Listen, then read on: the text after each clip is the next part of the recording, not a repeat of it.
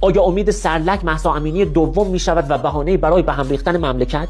رسانه‌های بیگانه از یه روز قبل ادعا می‌کنن جوان 27 ساله‌ای کشته شده به این دلیل که عکس آقای خامنه‌ای رو سوزونده و من به 6 دلیل ثابت می‌کنم که این دروغه. دلیل اول، دستور خود فرمانده کل قوا که میگه اگر عکس من رو هم آتش زدن پاره کردن باید سکوت کنید. دلیل دوم، میتونن بلاگرها شاهد این حرف من باشن. شما وقتی مطلب سیاسی تو پیجت میذاری خیلی زود بیان سراغت، 3-4 روز بعدش گوشیتو بازداشت میکنن که پیجتو ببندن، خودت هم روانی دادگاه میکنن. یعنی حتی خودتو بازداشت هم نمیکنن دیگه، چه برسه بگن بکشنت. اونم چی؟ پیجت 200-300 هزار فالوور دیگه، دست کم 20,000 فالوور. یا آقا فالووری نداشته. دلیل سوم، تناقضات حرفاشون. یه اسکرین از دایرکتش گذاشتن 24 اکتبر که گفته دنبال من هوامو داشته باشه، یعنی 10 روز پیش.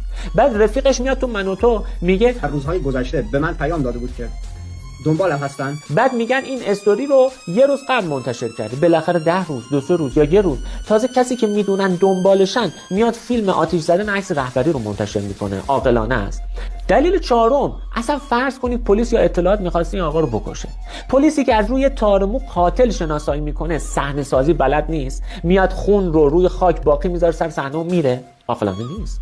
دلیل پنجم، تو بیابون به این بزرگی شما فرض کن داری فرار میکنی با ماشین پلیس هم دنبالت، تو عد میره تو زیرگذر. تازه وقتی رفتی تو زیرگذر ماشین پشت سرت بود، ماشین پلیس، یهو از جلو هم محاصره میشی.